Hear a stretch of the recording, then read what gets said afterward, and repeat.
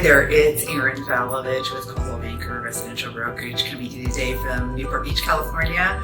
63 degrees here and absolutely beautiful in Southern California again today. If you're interested in being part of the channel, if you like this, please do like and subscribe. I'd love for you to get to be a part of the information moving forward. So today, we're talking about the 5 steps that we need to take to be able to buy real estate investment property. So what does that look like? What does that look like for you to be able to invest in residential real estate, and how do you get there? So step 1, and I know it sounds a little bit hokey, but I do recommend doing it. I've found it to be very valuable for myself and for my clients, is to really visualize and focus on what it is your goals are. And that really can come to writing a mission statement. So to really decide in your mission statement what is important to you, why you want to invest in residential real estate, why does it speak to you, and what are your goals? So let me give you a little bit of nugget of information. If you're interested in impressing somebody at a cocktail party or impressing somebody on social network, that is not a good reason. Residential real estate investment can be a grind. It can be not glamorous at all. It can be a lot of work. So going into it, and I certainly don't need to be negative, but really having a vision for what it is you want to do can help crystallize to you if it's worth getting into residential real estate investment and really what's important to you.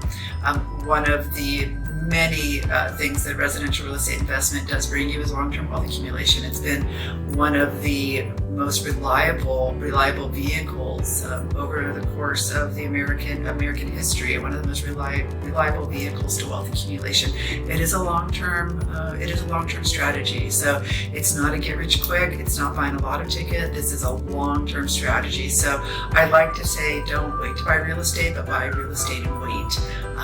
And that is kind of the crux of that. So your mission statement is important. Write it down so that you're familiar with it and you feel good about it and it speaks to you, and whatever is important to you, articulate and put it in writing. So that's step 1. Step 2, I highly recommend that you find and interview and select a really capable real estate broker to help you with the process. And when I'm talking about a capable real estate broker, I'm talking about somebody who works full-time in the business. It is a business, not a hobby, and who is really passionate about what they do and has a lot to bring to the table. So I know that there's a big breadth of folks that work in the industry. This is a really important role. There's a lot of money at stake. This is your future. This is your family's future and your legacy. So really selecting a super sharp, very dedicated real estate broker that cares about you and your family and about your personal financial goals can be incredibly valuable. Some ways to find a realtor might be going to open houses. It can be looking online. It can be driving neighborhoods and seeing who has signs in neighborhoods. It can be calling people off signs. There's a couple different ways to really try to find a really good real estate broker, but definitely engaging a good real estate broker is a good step 2. Step 3 would be focusing on what type of business you want to run. So in the residential real estate investment game, you can get into short-term rentals. So if you wanted to do something like an Airbnb or a shorter term rental where perhaps you use the investment to live in for part of the year, or you have family come and live in it, but you do a short term rental, these are generally fully furnished if they're short term rentals. Also, if you're interested in doing short term rentals, you need to be very cognizant, as with all things in real estate, but specifically with short term rentals, you need to be very cognizant of the permit issues and the overlaying municipal rules that are going to govern your property being an Airbnb. There's definitely permits that are issued, and you can get into hot water. You can get a cease and desist if you move forward with an Airbnb in an area that you really need to do 30-day rentals. So that's definitely another reason to talk to a real estate broker that really understands the lay of the land locally and can guide you on that.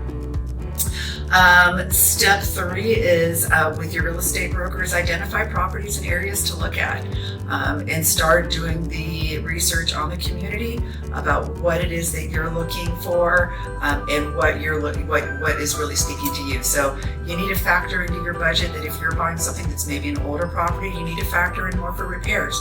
If you're buying a newer property or property that's in really good shape, maybe you're willing to pay more on the front end so you're not dealing with so much maintenance issues on the back end. something to think about. The next step would be the financial negotiation, financial analyses of the property. There's a number of issues that factor in there. You need to look at what your mortgage payment is going to be. You're going to need to look at what your rent rate is going to be and how that ratio is to what kind of debt you're carrying.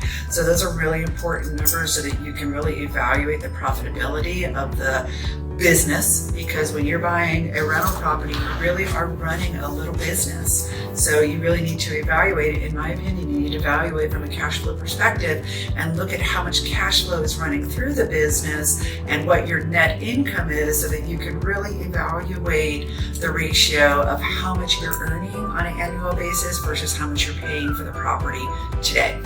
And then the next step would be your contract negotiations. And these are critical. And this is another part where your real estate broker is going to really be helpful. Your contract is a combination of price and terms. So it's not just price of the property and it's not just terms. It's a combination of those factors. So what type of price are you going to pay?